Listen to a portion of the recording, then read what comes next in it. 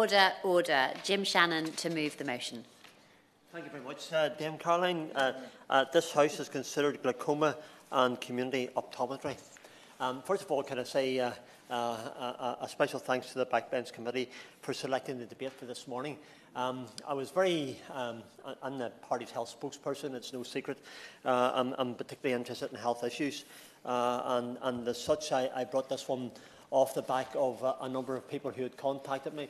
And I suppose really, Dame Caroline, the thing that I'm most particularly trying to push for, and I've given the Minister, sorry for the short notice of put your hand out 2 minutes ago, but in that I've requested, if we do something now, we can save sight further down the line. And I think that's really where I was pushing for one thing only. That would be the one thing I would wish to have, that we can have that.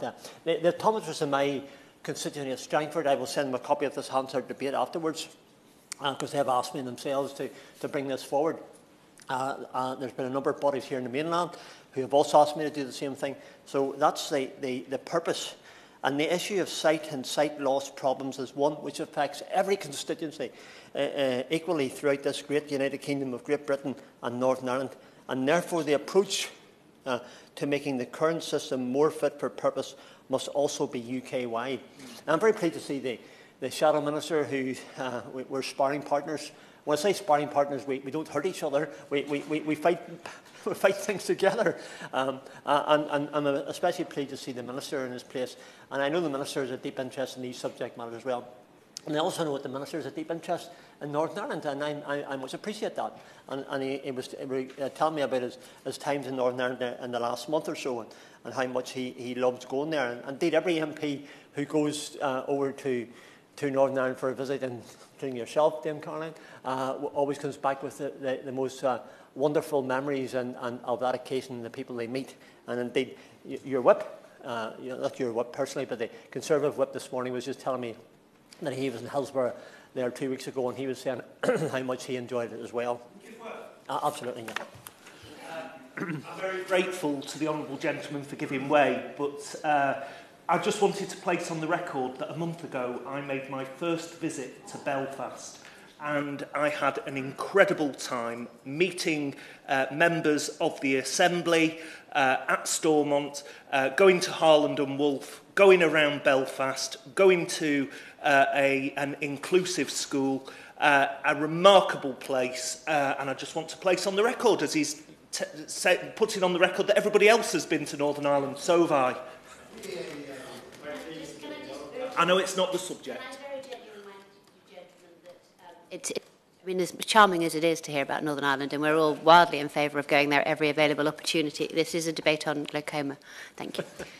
Dame Caroline, thank you for bringing me back to focus and for us all. And yes, but the reason I mention it, of course, is because I know the Minister's been there. I know he's an interest in health issues, and I know that his journey was to Queen's University and to explore those health issues. So that's the connection, Dame Caroline. And the fact that it's a lovely place is just wonderful. But that's not the reason we want to say that, of course. Yeah. When it comes to therefore, the approach has to be to make the current system more fit for purpose, must also be UK-wide. So whenever we ask for what we're going to ask for at the end of this debate, I know the Minister and the Shadow Minister will have similar ideas to those that I have. So I understand that health has devolved, and it is.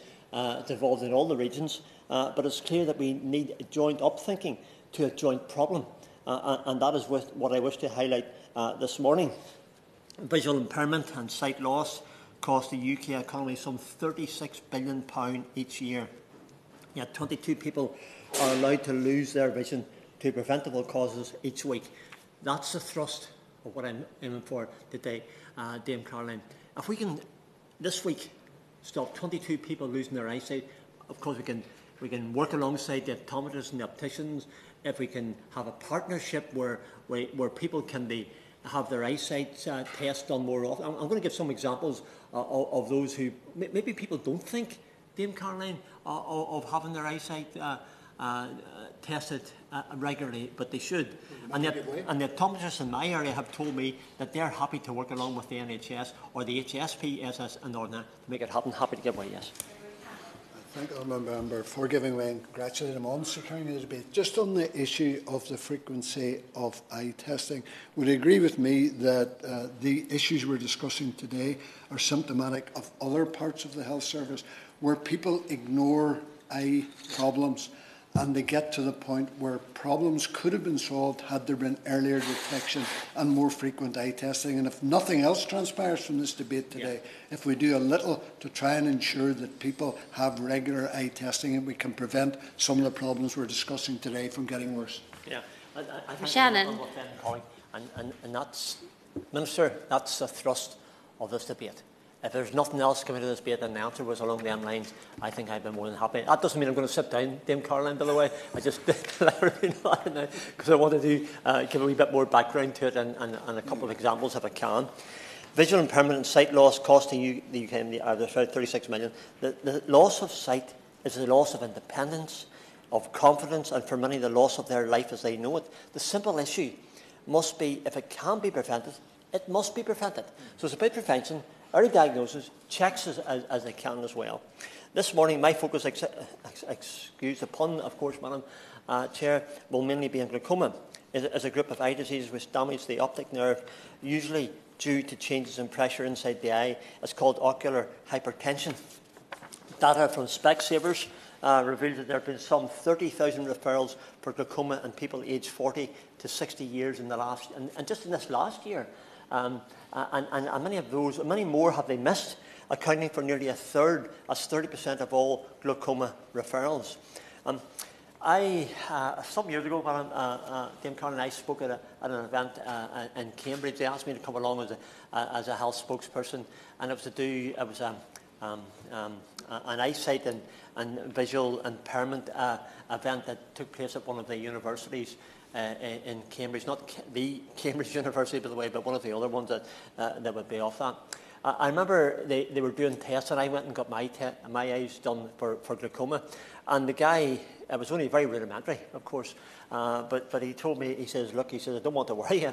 He says, but I think you need to go and have your eyes tested whenever you get home. And whenever I get home right away, I went to see my optician, because I couldn't understand how that could be. First of all, I'd seen the optician a month beforehand, and I was quite sure that my eyesight was okay. But they gave me a wee graph, and the wee graph seemed to show that there was issues to be addressed very quickly in relation to glaucoma. Why is that important? Because my father had glaucoma, and they say you need to check it because it is hereditary and it passes from generation to generation. I got home and I went to see my optician right away. I spoke to her, told her what was going on, explained to her the circumstances, and I took her around the graph, and she says, look, Jim, I checked your eyes. I don't see anything wrong with them. But she says, I tell you what, do you want to have it checked out thoroughly? I says, yes, I do, definitely. So she sent me to the eye clinic in Cathedral Quarter in Belfast, and I got that checked. And you get everything done. There's 24/7, whatever those things are, all the checks as humanly possible on your eyes. And for ages after, my eyes were stinging. But the guy came out and he said to me after an hour, he says, I've done every check possible in your eyes. There's nothing wrong with your eyes.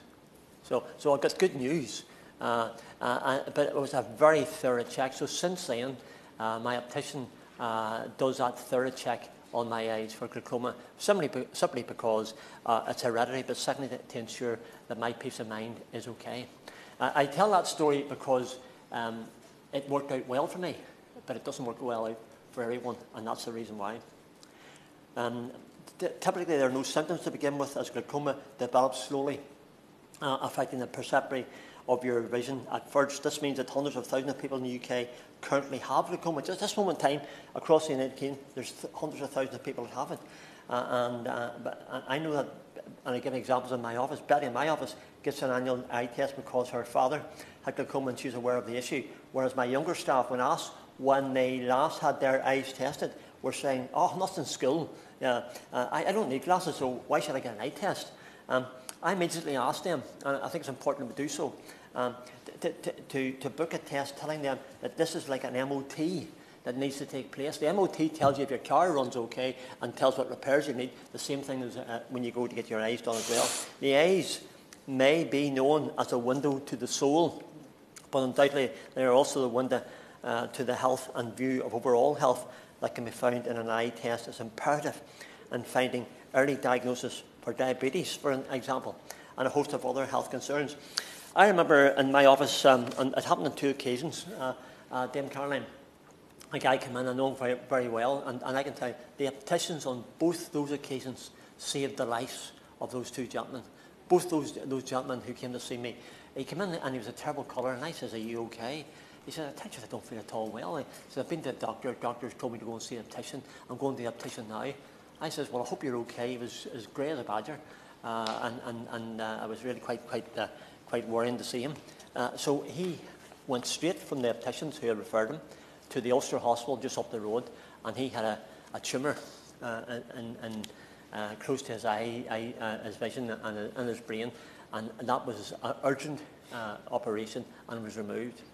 I know of another person who went to a different optician in Newton Ards who also had the same problem, and he also was referred from the opticians to the hospital and also had a tumour removed. So your tests with your opticians are incredibly important. They can diagnose glaucoma, but they can diagnose many other things, and that's so important to have it right. Optometrists have a key role to play because they can spot the early signs of glaucoma during a routine a test. For patients with stable glaucoma, optometrists also have an ongoing role in monitoring their eye health and helping them to manage their condition. Alarming, a fifth of the population, some 21%, still don't know how often they should visit their optician for a routine checkup, and the same percentage either can't remember their last eye examination or have never had one. I understand, Dame Caroline, that the opticians in my constituency of Strangford and Newton Ards town specifically have told me they are anxious and keen to ensure that people have the tests done regularly, and it's how that happens. So maybe, Minister, when we're replying at the end to the request that we're making, the Shadow Minister will make as well, we'll maybe be able to give us some assurance in relation to these things, and then perhaps maybe how we can encourage a UK-wide method of happening as well.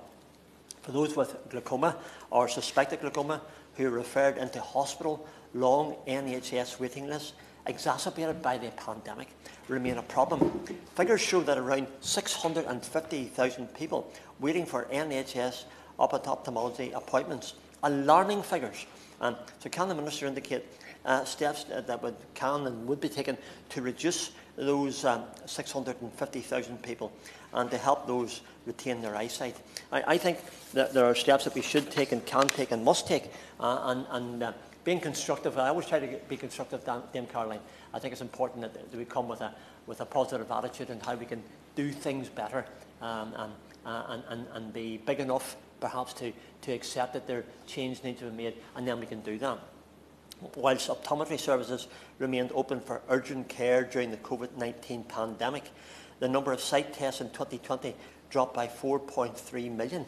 My goodness, 23% decline compared to tests administered in 2019.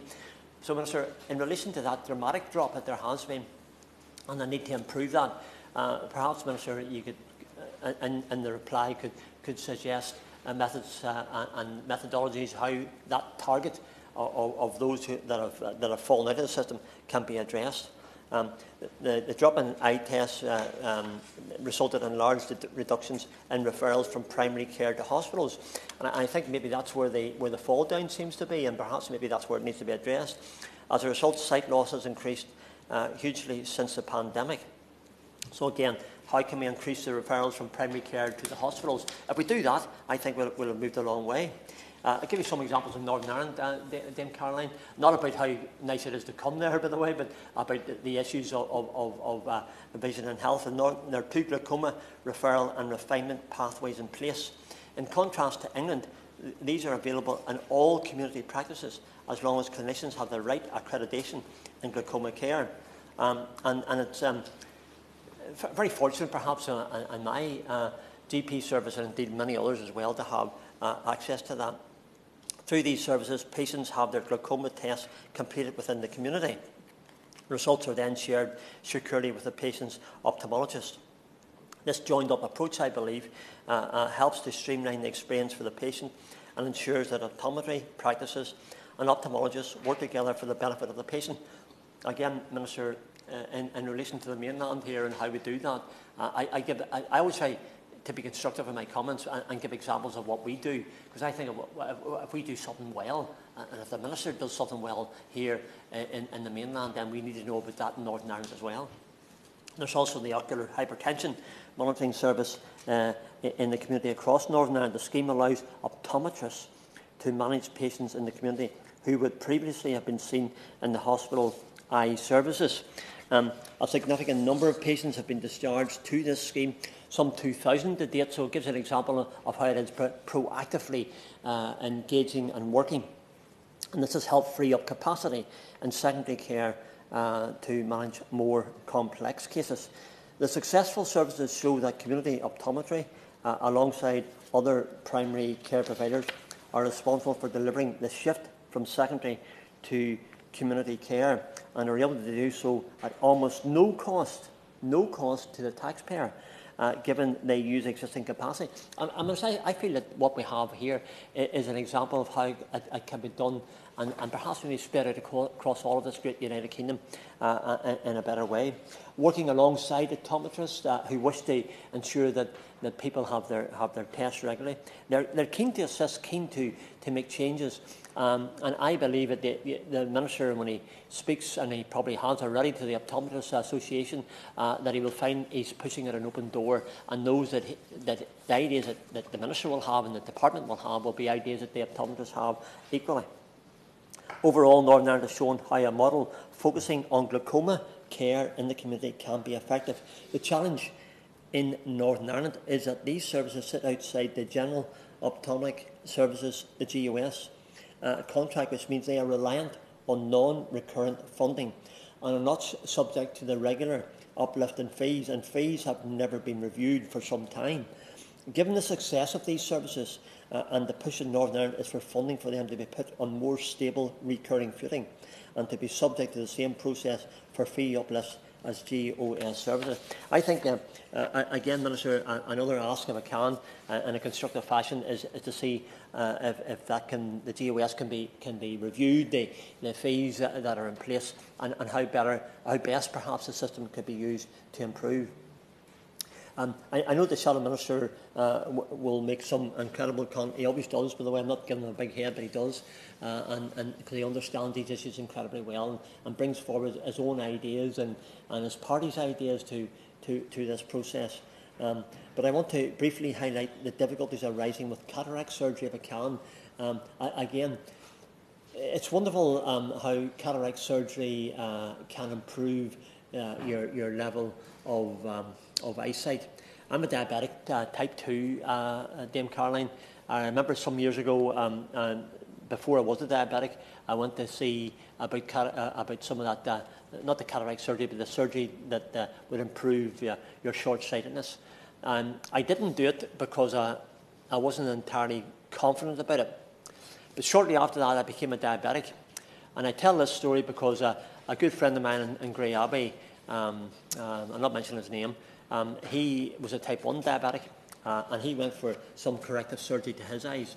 Unfortunately, what happened to him was that he ended up losing his eyesight. It's not a fault of anyone. The diabetes complicated the issue, and he is now registered blind. Again, there are complications for eye surgery and those who are diabetic, just by the nature of what happens.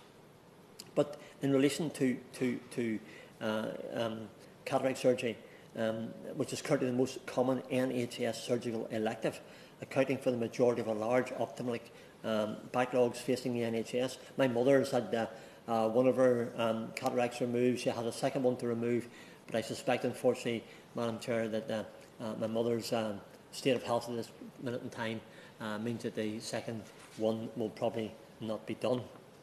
Between 10 and 15% of those with cataracts also suffer from concomitant glaucoma, and this is why I'm bringing this into the debate, and cataracts are often treated separately. I'm going to suggest, Dame Caroline, that what we could do in this one is how we can do the two together, the glaucoma and the cataract surgery. And I've been informed by a company named Clarity Global that there is an opportunity that exists to treat patients with cataracts and glaucoma at the same time. Now, obviously, I think it's more cost effective, and I know we shouldn't always be dwelling upon the cost factor, but you can't ignore it. And because you can't ignore it, and if there's a way of doing surgery simpler, easier, cheaper, more effectively, well then let's look at it. So perhaps, Minister, and ever mindful of your very competent members of staff that are behind you, four ladies who are very clearly going to keep you right, and maybe they might be able to do some research in that. It expedites patient backlog reduction and helps to save people's sight by preventing the further progression of glaucoma as a cataract and glaucoma together. Again, it's quite innovative, it's quite new, it's quite effective, and I think it's important that we should do it. The microscale injectable therapies produced by Glaucos can advance the existing glaucoma standards of care and improve patient safety by removing the need for invasive secondary surgery and tackling the ophthalmic backlogs. So many people wait for their cataract operations, they wait for improvements to their glaucoma. If you get it early, you can save the sight, and really that's a critical factor. Perhaps this is something, again, the Minister could look at and ascertain whether this approach, the one I've just referred to, the Clarity Global Company, could be a cost-effective way forward. I'm mindful that perhaps, I'm sure the Minister probably does know about this, but if he doesn't, I'd be very happy to have, and indeed the Shadow Minister as well, happy to have, and others to have a response. This seems to me to be a win-win. So could the Minister confirm that government will initiate this urgently? And I finish with this, Madam Chair and Dame Caroline. Local optometry services form a very vital part of the eye care patient pathway and in directing patients to vital sight-saving medical technologies. We live in an age, it's quite incredible how 50% of all cancer patients can survive. Those who, if your eyesight is diagnosed and your problems with glaucoma are checked early, that you can save your eyesight. Aren't we fortunate to live in this age? I'm probably, I'm going to say I'm the oldest person in this room, but I think my colleagues on the left-hand side might just be a tad ahead of me, maybe a couple of years, I suspect. Thanks a lot. But the point I'm making is great advances in technology, medical technology. We're doing great things. We could do more. Isn't it incredible, Dame Caroline, that all we really need is a check? Yeah. Check this. It doesn't become terribly costly, but if we check it, we make the difference. And that's what. And the optometrists are the ones who are properly trained in this pathway. And we must ensure that pathways are clear and that funding is available for this to care, to ensure that instead of 22 people a week losing their sight in the United Kingdom of Great Britain and Northern Ireland, we have no one at all losing their sight. And that independent life that could have been prevented. I know the Minister shares my wish for my goal. I know the Shadow Minister, I know definitely he shares this goal as well. I know my colleague from East London Derry shares the goal. And I think, Minister, today from this debate, I would hope that we would have a progressive strategy going forward. So I'm very, very anxious to hear what the Minister, the Shadow Minister, and what the Minister has to say when we feel that and understand and focus on the path and direct the path to achieving this goal. Dame Caroline, thank you so much. Thank you very much. I call the opposition spokesman. Oh, I'm sorry, I do apologise. The question is that this House has considered glaucoma and community optometry. I now call the opposition spokesman, Andrew Gwynn. Thank you very much, Dame Caroline. And I start by passing on my apologies for my honourable friend, the member for Birmingham Edgbaston, who leads on these issues for the Shadow Health team, but she is otherwise detained on the Smoking and Vaping Bill Committee that is taking place at the same time. Dame Caroline, can I start by thanking sincerely my honourable friend, and I know the custom in this place is to call him an honourable gentleman because he's not of my party, but he is a friend, so my honourable friend, the member for Strangford, for securing this really crucial and important debate, and the positive spirit that he always brings to these proceedings. Glaucoma is a common yet serious condition which, if left untreated, can cause real damage.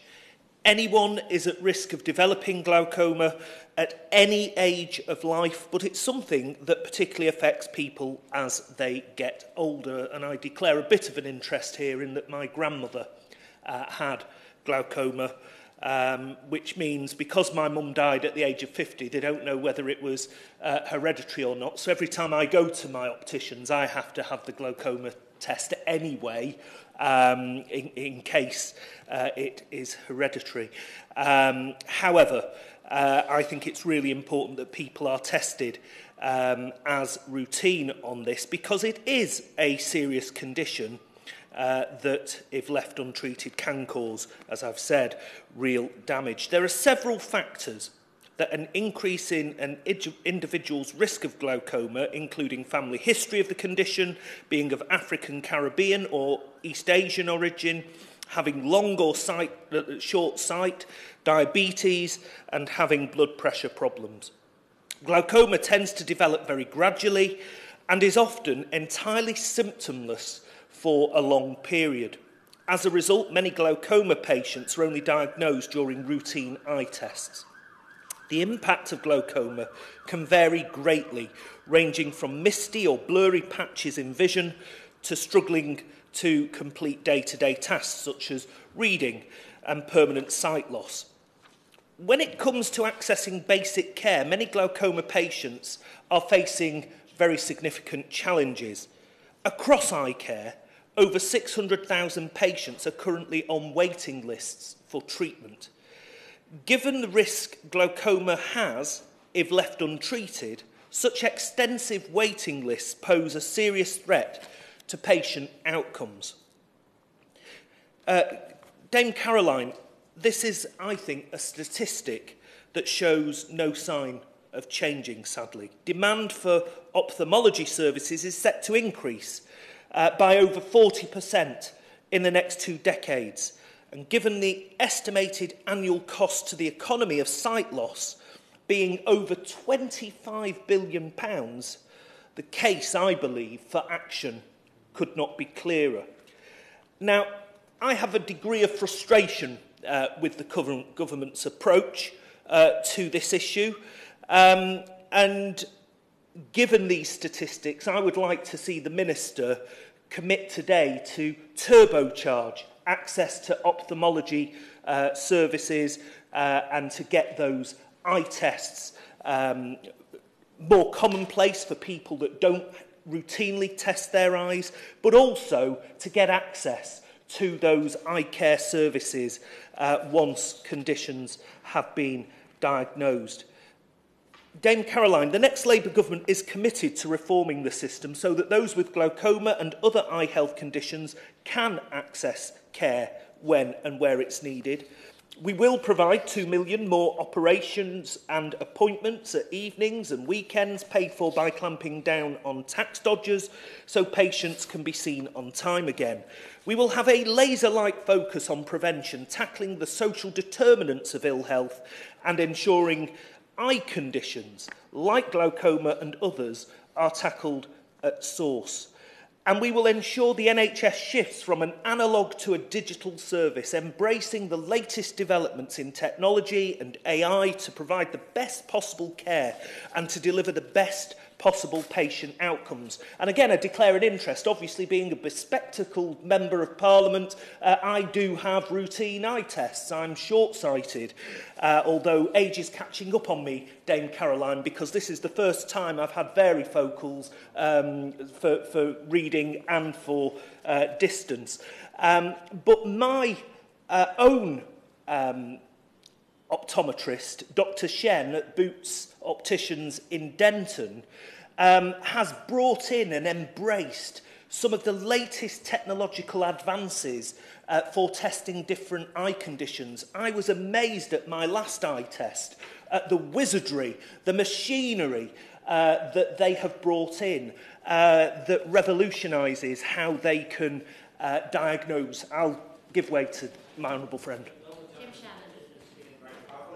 And I endorse just those comments. What I have seen with the optometrists in the Newton Ards, is the amount of money and the investment that they, as optometrists, have put in. Now, they haven't asked for any help from the NHS, for these are things they're doing themselves. I think there's a wonderful opportunity, Dame Caroline, for a partnership with the optometrists who are investing the money, and all they need is the people to come in for the testing, and that, I believe, is a role for government.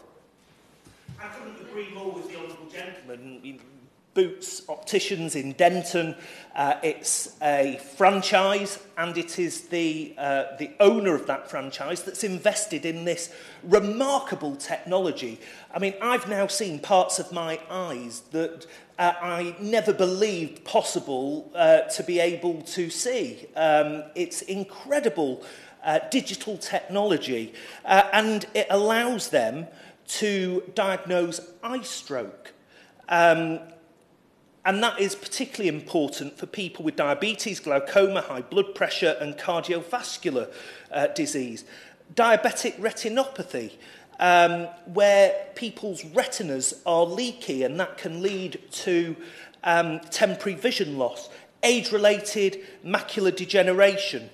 And this detailed eye care allows other eye problems that ordinarily would have gone unchecked to be found and for the appropriate treatments to be made. And, you know, just from my own experience, I've seen how quite transformative the use of modern technology by my own optician can have on the testing for a whole range of conditions and eye health.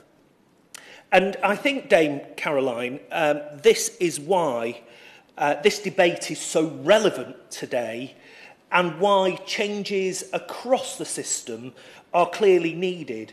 And that is most evident, I believe, in community optometry. There is a real potential to utilise, as the Honourable Gentleman has said, the existing capacity on our high streets and in our town centres, crucially where people are, to get a firm grip on the crisis in eye care. And that's why the next Labour government has committed to seek negotiations with high street opticians to strike a deal to deliver more NHS outpatient appointments. That partnership that the Honourable Gentleman was rightly talking about will underpin Labour's eye care policy. With 6,000 high street opticians serving communities right across the country, we cannot afford to sit back and waste their incredible potential.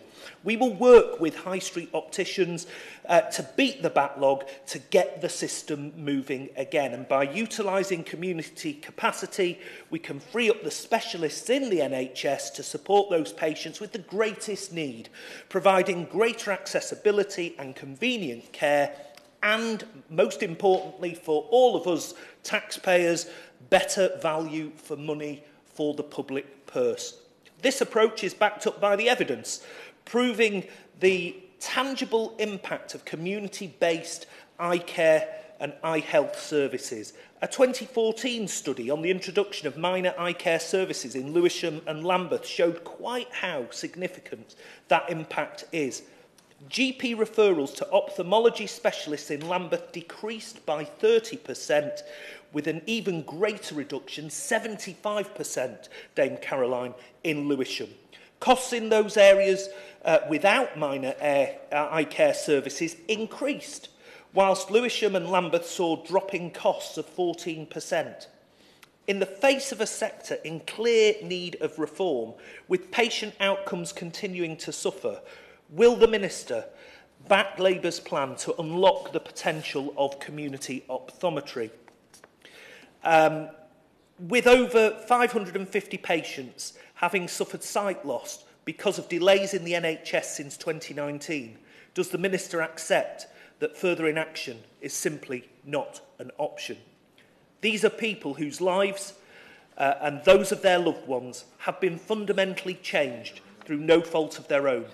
We owe it to them to fix this broken system once and for all, and working in partnership with the devolved administrations across the United Kingdom, as the Honourable Gentleman says, so that there is not a postcode lottery on these services and we get the best outcomes for all British citizens across this United Kingdom.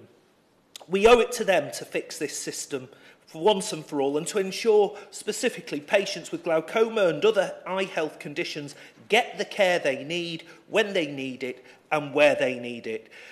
Dame Caroline, we will support the government in the remaining weeks or months that it has to get this policy right. But mark my word, the next Labour government sees this as a priority and we will act. Minister Stevenson to respond. Thank you, Dame Caroline. It's always a pleasure to see you in the chair. And can I start by thanking the Honourable Member for Strangford for raising the importance of eye health to the well-being of people across our United Kingdom. No Westminster Hall Debate is the same without him. Can I also thank the member for East Londonderry, and the Shadow Minister, the member for Denton Reddish, for their contributions. Losing your eyesight can be devastating, and I pay tribute to the charities who have done so much to help people living with glaucoma or who are researching a cure. Glaucoma UK, the Glaucoma Foundation and the Royal National Institute for Blind People, to name just a few. Dame Caroline, this morning we are focusing on glaucoma and the role that can be played by community optometry. And this afternoon there will be a debate on the broader issue of preventable sight loss. I'm responding to both on behalf of my right honourable friend, the member for South Northamptonshire, the Minister responsible for primary and secondary eye care services, who is otherwise engaged as she is in the Tobacco and Vapes Bill Committee. But I know she would want me to put on record and reassure honourable members across the House that this remains one of her top priorities. I'd also like to put on record that whilst I am standing in today, I want to reassure honourable members that this is a subject close to my own heart. Glaucoma affected several people on my father's side of the family, with my great-aunt Emily Stevenson losing her eyesight in her 60s because of glaucoma. I remember visiting her as a child and seeing the RNIB talking book cassette tapes, which she loved, and I'm delighted that that service continues today in more formats with more titles than ever before. My mother also lives with glaucoma, so I take this issue very seriously. Community optometry plays an essential role in protecting people's eye health up and down the country. It also plays a key role in the early detection of glaucoma, as most glaucoma patients are identified through routine sight tests. You cannot feel glaucoma. It doesn't cause any symptoms, and the eye pressure doesn't cause any pain. That is why regular sight tests are so essential, so problems such as glaucoma can be diagnosed and treated as early as possible. As the Honourable Gentleman said in his remarks, everyone should have a sight test every 2 years. The NHS invests over £500 million every year into providing sight tests and optical vouchers. Between 2022 and 2023, we delivered over 12 million NHS sight tests free of charge. They are widely available for millions of people, and the budget is entirely demand-led, meaning there's no cap on how many people will provide. We understand some people may not prioritise sight tests compared to other healthcare, or they might not know that eye tests are recommended every 2 years. That is why we are always looking for opportunities to remind the public through social media and other campaigns. And sight test providers like Specsavers and others on the high street also display information about NHS sight test eligibility. Dame Caroline, we are committed to making greater use of community optometry to help alleviate pressures in secondary care. We know many integrated care boards are already commissioning a greater range of services on the high street, such as minor and urgent eye care services, pre- and post-cataract checks, and glaucoma referral filtering and glaucoma monitoring. Glaucoma referral filtering schemes have delivered some fantastic results through additional tests that double-check whether a patient really needs to be referred into secondary care.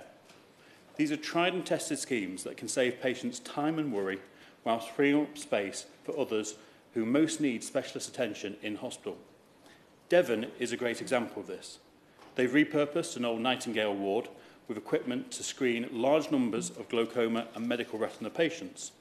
The diagnostics hub has demolished the hospital's backlog from just under 4,000 in April 2022 to just below 500 in October 2023, almost a 90% decrease. In Milton Keynes, 70% of suspected glaucoma patients were discharged following refinement of initial referrals done on the high street. We know about 50% of ICBs currently have a version of these schemes in place, and we are currently assessing the potential of encouraging the rollout of these schemes even further. For those patients that do need to be seen in secondary care, it is vital that they have access to timely diagnosis and any clinical necessary treatment. The Honourable Gentleman is right to say that services suffered during the pandemic, just as they have across the NHS. That is why we've set an ambitious target to recover services through the Elective Recovery Plan, supported by more than £8 billion of dedicated funding. And it is why we've expanded surgical hubs and harnessed the capacity of the independent sector so more patients can be seen more quickly. This has been particularly successful for cataract surgery. Our plan is working and it's delivering results, as waiting times are falling. The number of patients waiting 78 weeks or longer for ophthalmology has been reduced by 96% since its peak, but we know we have to go further. As well as cutting waiting lists today, we're looking at how we can reform eye care services to meet the demands of tomorrow. NHS England's transformation programme is running 7 projects across each ICS area. Projects that test how improving IT links between primary and secondary care could allow patients to be assessed and triaged virtually, saving them time and freeing up more hospital capacity for patients who need specialist face-to-face care the most. NHS England are gathering data and evaluating the different interventions, looking to develop a convincing case on what works best and supporting further expansion. And we're going further and faster to free up hospital capacity. Today, many glaucoma patients often have their condition managed in hospital, but in some cases, where clinically appropriate, there is no reason why they can't be seen somewhere else, somewhere that's more convenient for them, somewhere in their community. In England, it is up to ICBs to commission services based on local need, and some ICBs are already trying new ways of working to do just this. Finally, turning to research, I want to recognise just how much potential there is for research and innovation to change the lives of people who suffer from sight loss and their families. The UK leads the world in research. We couldn't be more committed to pioneering new treatments and improving our understanding of sight loss. And we are putting our money where our mouth is. By awarding the Moorfields Biomedical Research Centre £20 million to carry out another 5 years of world-leading research in December 2022. 13 out of the 100 leaders and innovators in ophthalmology across the world included on the Ophthalmologic Power List 2023 were researchers from Moorfields, and we should be very proud that this Centre of Excellence is right here in London. I hope that I have convinced the... Certainly. Jim Shannon. For a very, very positive and helpful response. Minister, I think the Shadow Minister I think the Shadow Minister referred to some figures. I'm not sure if I've got them right. He referred to ophthalmology services will increase by 40% over the next 20 years. Maybe those figures aren't not entirely accurate, but I think that's what the Shadow Minister said. And that indicates to me that we need to have a progressive, active programme to ensure that people can get the test in partnership with the opticians. You mentioned the ICBs and how that will be done, but I think I'm really saying very respectfully, Minister, can we have some maybe meat in the bones to how that would work? Ever mindful, I know the Minister wants to see that, but I think we wish to see it as well. Thank you so much. Thank you. Well, so what I hope I was saying out in my speech is NHS England are looking at a range of different interventions across the country.